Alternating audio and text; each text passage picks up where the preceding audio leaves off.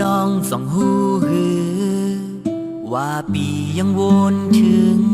เมื่อวันหนึ่งเฮาหานั่งเนื้อลอยลงเลินลาวก็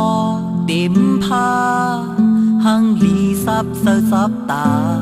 ตึงไว้ว่าหักหาอย่าไล่พาดกันวายมายามในหาซองและยานไก่เฮ็ดให้นางลืมหาเนื้อลอยลง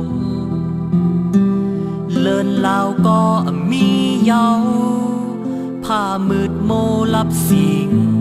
กว่าสมยิงยิงก้นเสือนำกำมนสายเปียมาให้โนคือปานอ่อนไว้เสือกันนานแน่หักหาซองไล่ผาดวานไก่เมืองอำเภอโคมคือเสือเสือเฮ็ดสายเล่เตมองเปออยู่นังในเมื่อนังไพ่หุ้มเฮอเกกางเสือเปิดทาวันหนึ่งสุขขึ้นมาอย่าลืมความในต่างเสือปีเลินลาวเฮาถึงว่าสายหักนางก็หนึ่งกามนสาย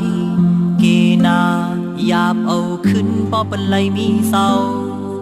นั่งอยู่เงาเตอต้นไม้ลงกัดเย็นกล้วยหน้าเสือสายไม่เพื่อยันไก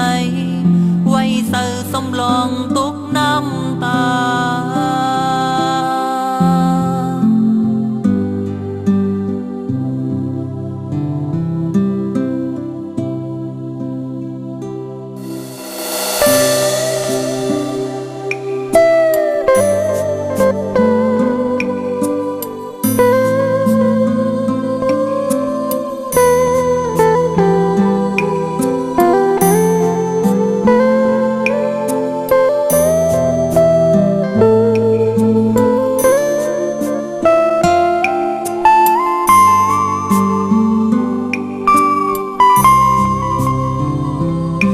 มวนสายเปมาให้นอคือปานอ่อนไว้เสือกันนานแน่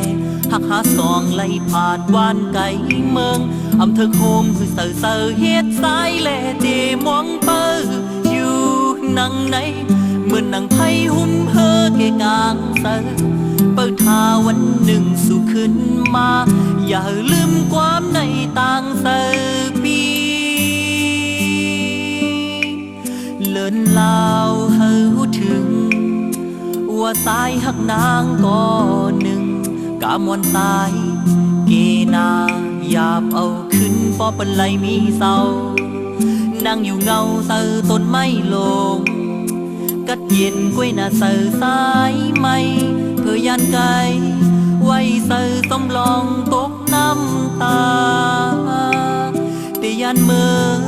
ไว้เสือสมลองตกน้ำตา